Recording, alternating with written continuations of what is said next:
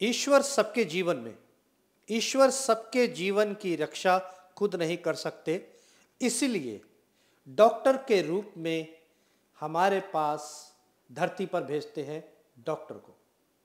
नमस्कार, राजीव मल्होत्रा आपका दोस्त, आपका भाई, सफलता कड़ी में आपका स्वागत करता हूं। आज हम बात करेंगे डॉक्टर रविंदर कोले। जी हाँ, डॉक्टर रविंदर कोले जो कि महाराष्ट्र के रहने वाले हैं।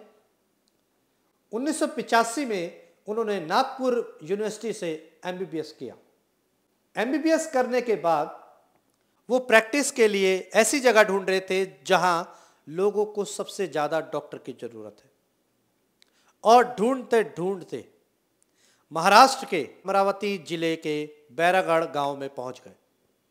जब वहां पर बैरागढ़ गांव के आदिवासियों की हालत देखी तो उनका दिल पसीज गया। आदिवासी लोग सबसे ज़्यादा जो बीमारी से ग्रसित थे वो थे कुपोषण की बीमारी से। आदिवासी लोगों में सबसे ज़्यादा जो परेशानियां थी वो थी न्यूमोनिया की और डायरिया की। आदिवासी लोग समझते थे अगर किसी आदिवासी को डायरिया हो जाए या न्यूमोनिया हो जाए तो उसकी मृत्यु निश्चित है, वो बच नहीं सकता। जब डॉक्टर रविंदर कोले जी यहाँ पर गए और उन्होंने इनके हालात देखे तो उनको बड़ा दुख हुआ। तब उन्होंने देखा कि एक और बीमारी से वो लोग ग्रसित हैं और वो है शिशु मृत्यु दर से।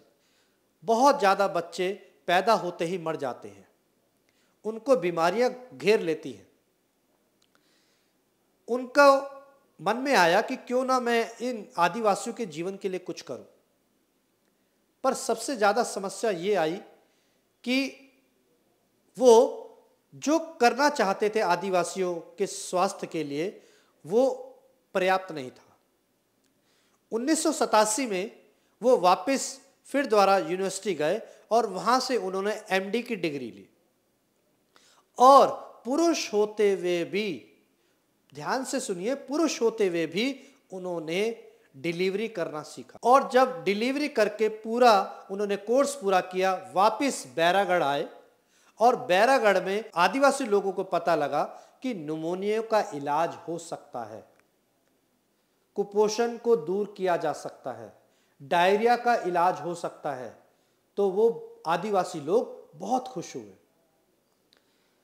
पर जब रविंदर कोले जी अपनी यूनिवर्सिटी से बाहर निकल रहे थे कोर्स करके, तो वहां के डॉक्टरों ने बोला कि आप आदिवासी लोगों के बीच में तो जा रहे हो, पर याद रखिए वो आपके ऊपर विश्वास नहीं करेंगे, जादू टोनों और जड़ी बूटियों पर विश्वास रखते हैं। लेकिन रविंदर कोले जी को अपने विश्वास पर विश्वास था कि मैं जब आदिवासी लोगों के संपर्क में आऊंगा तो उनके स्वास्थ्य से रिलेटेड जो भी अच्छा होगा उसको बताया जाएगा और वो समझने की कोशिश भी करेंगे। और हुआ भी ऐसा ही। जब वो बैरागढ़ गए तो उन्होंने पहली बार अंग्रेजी दवाइयां देखी आदिवासी लोगों ने, और उन्होंने उन पर विश्वास भी किया। और जब कुछ लोग धीरे धीरे न्यूमोनिया और डायरिया से ठीक होने लगे तो आदिवासी लोगों को की खुशियों का ठिकाना नहीं रहा। अब आदिवासी लोग उनको भगवान के रूप में मानने लगे। अब आगे समस्या ये आती है कि बैरागढ़ में 2 ही हेल्थ क्लिनिक थे और रविंदर कोले जी को दोनों ही क्लिनिक पे देखना होता था।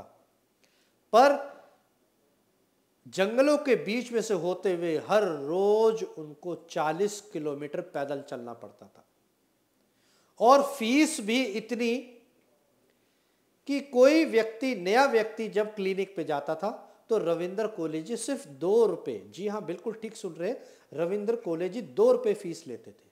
और वही व्यक्ति जब दोबारा जाता था तो उससे मात्र 1 रुपया फीस ली जाती। इतनी कम फीस लेकर वो आदिवासी लोगों का इलाज करते थे, और हर रोज उनको 40 किलोमीटर पैदल चलना पड़ता था। इतनी विपरीत परिस्थितियों के बाद भी वो रुके नहीं। जब वो शुरू में गए थे तो उन्होंने मन बना के गए थे कि मैं 2-3 महीने ही प्रैक्टिस करके वापस आ जाऊंगा। फिर उन्होंने इस पीरियड को 1 साल कर दिया और 1 साल तक वो प्रैक्टिस करते रहे आदिवासी लोगों के बीच में। जब उन्होंने देखा कि आदिवासी लोग सबसे ज्यादा कुपोषण से, आपके डायरिया से, न्यूमोनिया से और शिशु मृत्यु दर से सबसे ज्यादा पीड़ित, तो उन्होंने महाराष्ट्र सरकार से ये रिक्वेस्ट की कि इनके लिए कोई एक प्रोजेक्ट चलाया जाए ताकि इनकी हेल्थ को ठीक किया जा सके। और महाराष्ट्र सरकार के प्रयासों से उनको सफलता भी मिली और 2019 में भारत सरकार द्वारा उनको पद्मश्री से नवाजा गया। तो ऐसे डॉक्टर को मेरा शत शत नमन है, जिन्होंने विपरीत परिस्थितियों में भी, ऐसे हालातों में भी अपने कार्य को जारी रखा। अब जो हमारी सफलता कड़ी है, इसमें आपने सीखा क्या? इस सफलता कड़ी में पहला कि शिक्षा ही एक ऐसा माध्यम है जिससे आप अपने साथ साथ अपने परिवार के साथ साथ अपने समाज और देश की हित का सोच सकते हैं और देश के हित के बारे में कार्य कर सकते हैं।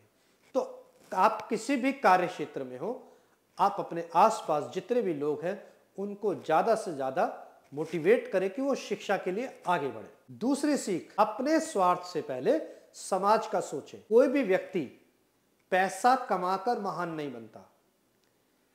आप महान उसी व्यक्ति को बोल सकते हैं जो कि पैसे को छोड़कर समाज के हित में ज्यादा सोचता है।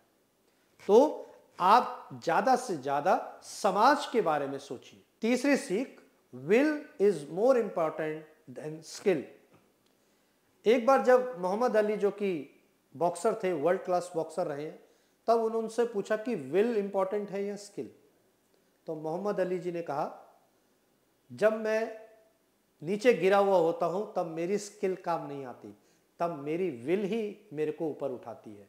तो willpower is more important than skill. चौथी शिक्षा, अगर नीयत साफ है तो ईश्वर भी आपके साथ है।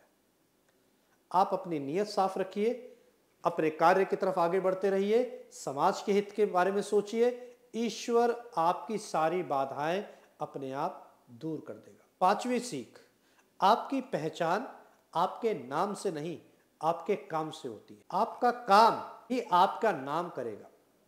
आप कहीं भी जाते हैं तो आपके जाने से पहले आपके काम का नाम पहले पहुंच जाता है। तो इसलिए काम में व्यस्त रहिए और समाज के हित के बारे में सोचिए। धन्यवाद। आपका दिन मंगलमय हो।